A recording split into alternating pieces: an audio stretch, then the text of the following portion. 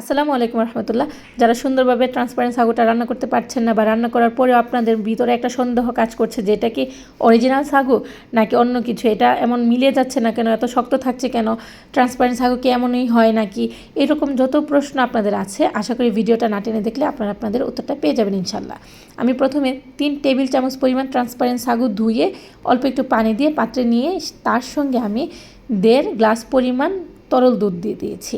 এখন আপনাদের বাচ্চা যদি 1 বছরের কম হয় সেক্ষেত্রে সম্পূর্ণ রান্নাটা আপনারা পানি দিয়ে করবেন। আর যেই বেবিরা ফর্মুলা মিল্কে অভ্যস্ত তারা খাওয়ানোর আগে ফর্মুলা মিল্ক জাস্ট অ্যাড করে নেবেন। আমার বেবি যেহেতু 2 বছর প্লাস, তাই আমি এটা সবটা তরল দুধের মাধ্যমেই রান্না করছি। আমি এরকম ভালো করে মিক্স করে দেন চলে আঁচ দিব, তাতে করে খাবারটা ভিতর থেকে দলা বাঁধবে না। যাদের খাবার ভিতর থেকে দলা বেঁধে যায় তাদের জন্য এটা একটা ট্রিক্স হতে পারে।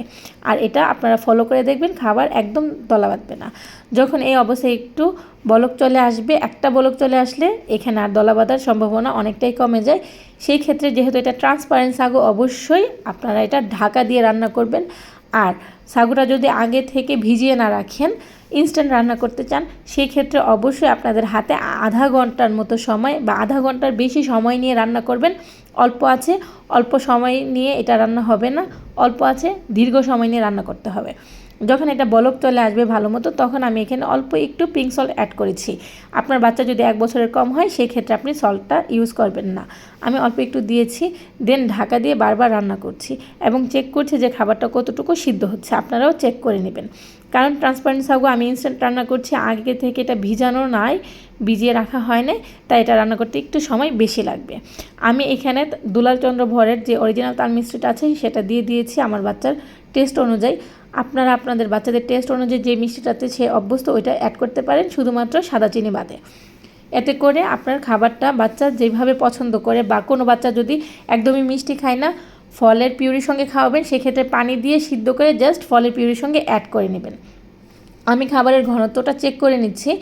সাগু রান্না করতে প্রয়োজনের থেকে একটু বেশি পানি বা দুধ প্রয়োজন হয়।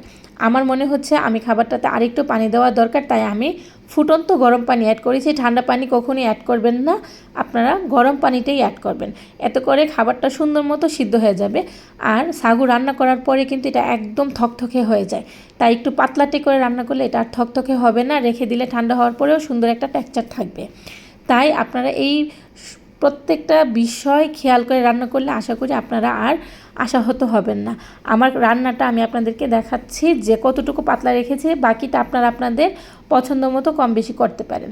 আর যারা ট্রান্সপারেন্ট সাগু নিচ্ছেন আপনারা অবশ্যই মাথায় এটা সেট করে রাখবেন যেটা একদম গলে যাবে না, সিদ্ধ হবে, তবে এরকম আস্ত থাকবে। আস্ত থাকা মানে এটা খারাপ বা নকল না, এটা খেয়াল রাখবেন। জাজাকাল্লাহ খাইরান।